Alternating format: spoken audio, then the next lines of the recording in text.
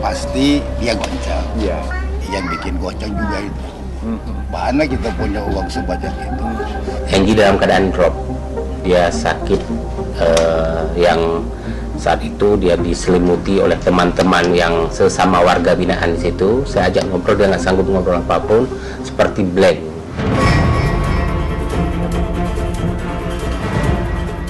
Itulah reaksi si cantik Angelina Sondah yang dituturkan oleh sang ayah juga kuasa hukumnya ketika dirinya mendapat vonis 12 tahun penjara dan denda sejumlah 39,9 miliar rupiah saat pembacaan vonis hakim beberapa hari lalu.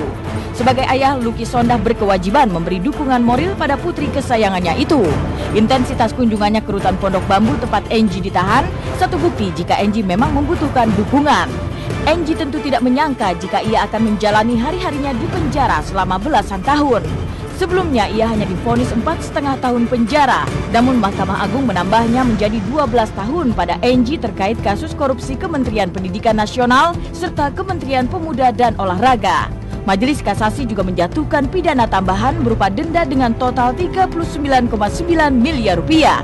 Benarkah Angie kini tak lagi memiliki harapan dan gairah hidup? Jadi tugas saya sebagai ayah dan ibu pertama supaya dia kembali tenang. Karena itu tugas kita, kasih penguatan, kasih bahwa jangan sampai tidak lagi punya hope ya. Jadi tugas saya selalu memberikan harapan, apalagi dalam iman Kristiani saya kan. Itu. Jadi penguatan-penguatan itu ada. Saya tidak masalah bahwa Angie dihukum 12 tahun juga, no problem. Selama memang itu setimpal. Putusan itu tentu bikin kita goncang ya. Tapi harus tetap menghormati Mahkamah Agung dan putusan itu. Siapapun tak akan rela menghabiskan sisa umurnya di dalam penjara. Demi sang anak, Lucky mengaku kalau dirinya saat ini sebagai pencari keadilan. Sebagai mantan anggota DPR RI serta mantan putri Indonesia yang terkenal memiliki intelijensi tinggi ini, Lucky tetap berupaya kiranya si anak bisa lolos dari jerat hukum.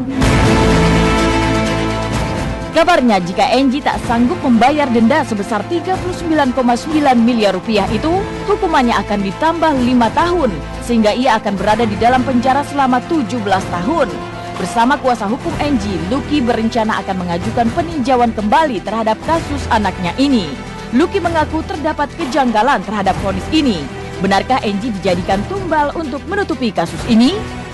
Jadi masih ada peluang mungkin untuk PK. Jadi bukan tidak menghormati keputusan itu, tapi hormati juga lah hak kita warga negara dari segi hak asasi manusia. Saya yakin Angie tidak bersalah seperti yang diputuskan. Kalau mungkin yang sidang pertama karena melalui penyidikan, fakta-fakta persidangan, kita sok karena kita pikirkan sekitar 4,5 tahun dan kita sudah jalani. Kalau ini tiba-tiba 4 kali lipat,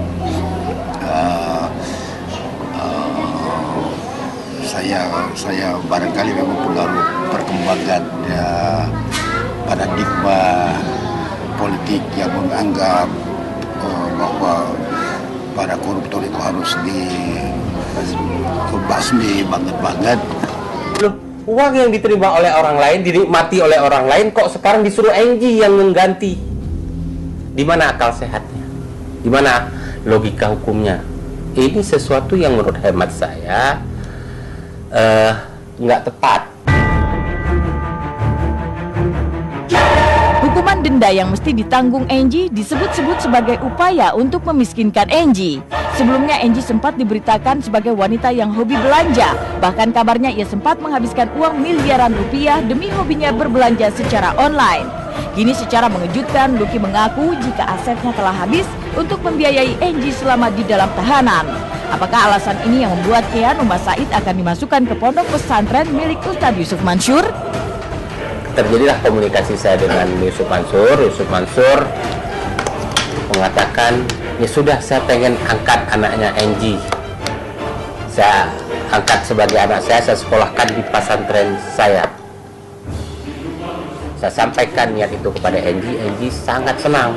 Namun kata Yusuf Mansur, jangan sekarang karena anak kamu itu masih umur 3 tahun. Susah benar saya menghadapi bagaimana nangisnya kalau dia ingat ibunya dan segala macam. Tunggu waktu umur 5 tahun boleh kata Yusuf Mansur. Lagi pula saat boleh kata Enji. Yang saya tahu dia nggak punya uang seperti itu, malah minta duit ke aku dan ditopang gitu. Karena saya pernah konsultan kiri kanan, habislah aset saya untuk mengurus dia sekarang. Ya, untuk tapi